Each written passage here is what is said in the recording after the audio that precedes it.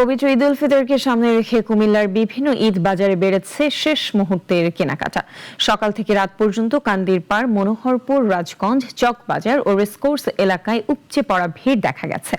নারীদের উপস্থিতি ছিল বেশি, বিশেষ করে বিদেশি ডিজাইনের পোশাকের চাহিদা লক্ষ্য করা গেছে। দেশীয় পোশাকের চাহিদা তুলনামূলক কম হলেও খাদি কাপড়ের প্রতি আগ্রহ রয়েছে।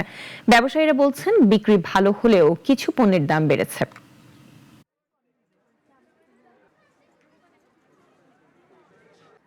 আব্বুর জন্য পাঞ্জাবি, তারপর বোনের জামাই, সবার জন্য নিছি। এখন ভাইয়ের জন্য পাঞ্জাবি দেখতে আসছি। আকর্ষণীয় পোশাক বলতে হচ্ছে সারারা গারারাই বেশি, কিন্তু আমি ওরকম কিনি না। আনারকলি কিনছি, আব্বুর জন্য জামা কিনছি। ঈদের শেষ দিনে আসছি, ভাবছিলাম যে দাম হয়তো বা কম থাকবে, কিন্তু না, দাম অনেক, দাম প্রচুর, দাম ছাড়ছে না ওরা।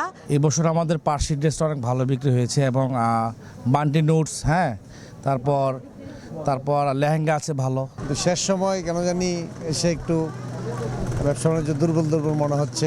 মার্কেটে আবার বিভিন্ন ধরনের লোক আসে, এটির আলাদা আমরা রাখছি, ডিউটিম্যান রাখছি নিরাপত্তার জন্য। মাইকে আমরা বলে দেই, সাবধানতা বলে দেই, ক্রেতারা আপনারা সাবধান মতন চলাফেরা করবেন।